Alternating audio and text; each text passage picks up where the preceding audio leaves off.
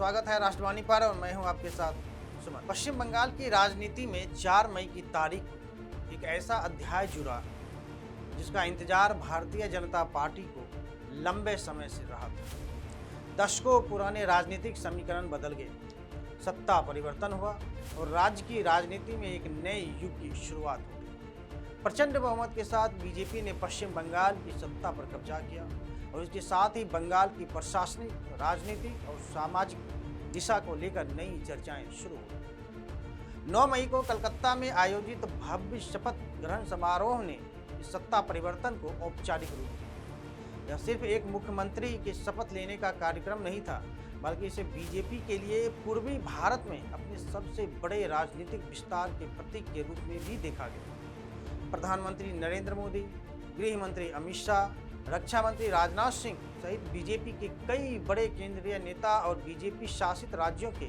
मुख्यमंत्री इस ऐतिहासिक अवसर पर कोलकाता पहुंचे। पूरे समारोह को शक्ति प्रदर्शन, संगठनात्मक मजबूती और भविष्य की रणनीति के संकेत के रूप में देखा गया। शुभेंदु अधिकारी ने मुख्यमंत्री पद की शपथ लेते ही स्पष्ट संकेत दे दिए कि उनकी सरकार कानून व्यवस्था, प्रशासनिक सुधार और राजनीतिक हिंसा के खिलाफ सख्त रूख अपनाने जा रही है। शपथ ग्रहण के तुरंत बाद उन्होंने वरिष्ठ पुलिस और प्रशासनिक अधिकारियों के साथ महत्वपूर्ण बैठक की।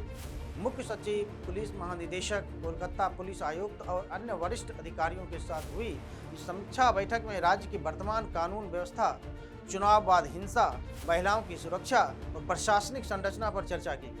सूत्रों के अनुसार मुख्यमंत्री ने अधिकारियों को साफ संदेश दिया कि पश्चिम बंगाल की पुलिस किसी राजनीतिक दल विशेष के लिए नहीं, बल्कि संविधान और कानून के अनुसार कार्य करेगी।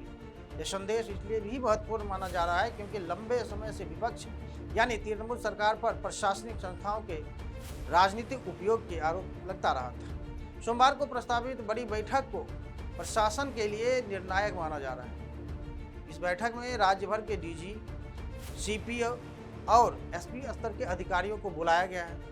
माना जा रहा है कि इसी बैठक में नई सरकार कानून व्यवस्था सुधारने, चुनावी हिंसा के मामले की समीक्षा करने, राजनीतिक संरक्षण प्राप्त अपराध निर्भर पर कार्रवाई और महिलाओं की सुरक्षा को लेकर व्यापक दिशा निर्देश जारी कर सकते। सबसे बड़ी चर्चा राज्य में तथाकथित टोलबाजी और स्थानीय स्तर पर अवैध वसूली नेटवर्क को समाप्त करने को लेकर हो रही है। चुनाव परिणाम आने के बाद कई क्षेत्रों में ऐसी खबरें सामने आ रही कि सड़कों पर कथित अवैध वसूली केंद्र अचानक हटाएंगे, जो काफी बड़े स्तर पर देखने को भी मिला है। आम नागरिकों, ट्रक चालकों और व्यापारियों द्वारा सोशल मीडिया पर साझा किए गए वीडियो इस बदलाव को राजनीतिक परिवर्तन के प्रत्यक्ष प्रभाव के रूप में प्रस्तुत कर रहे हैं। शुभेंदु अधिकारी सरकार प्रशासनिक संरचना में भी तेजी से बदलाव कर रही है। सेवानिवृत्त IAS अधिकारी सुब्रत गुप्ता को मुख्यमंत्री का सलाहकार नियुक्त किया गया है। वहीं वरिष्ठ अधिकारी शांतनु बाला को निजी सचिव की जिम्मेदारी दी गई है। इन नियुक्तियों को अनुभवी प्रशासनिक निगरानी और कई कार्यशैली स्थापित करने की दिशा में महत्वपूर्ण कदम माना जा रहा है। नई सरकार रॉयटर्स बिल्डिंग को पुनः प्रशासनिक केंद्र बनाने की दिशा में भी काम कर रही है।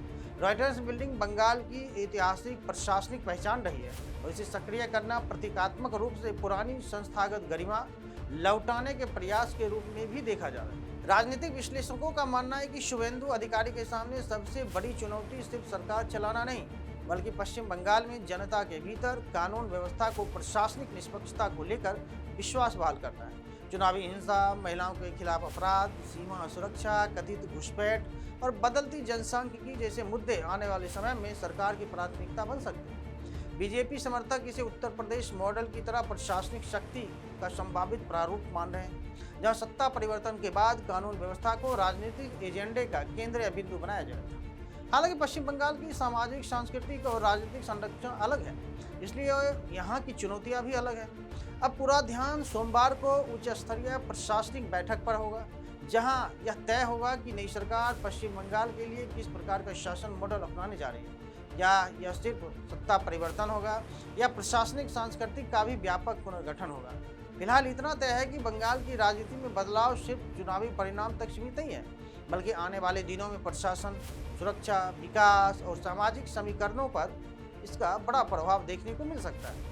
पश्चिम बंगाल अब एक नए राजनीतिक अध्याय के द्वार पर खड़ा है और पूरे देश की नज़र इस बात पर है कि शुभेंदु अधिकारी की सरकार अपने वादों को किस गति और किस कठोरता से जमीन पर उतारती है। इस पर आपकी क्या राय है, हमें कमेंट कर जरूर बताइए। फिलहाल के लिए बस इतना ही।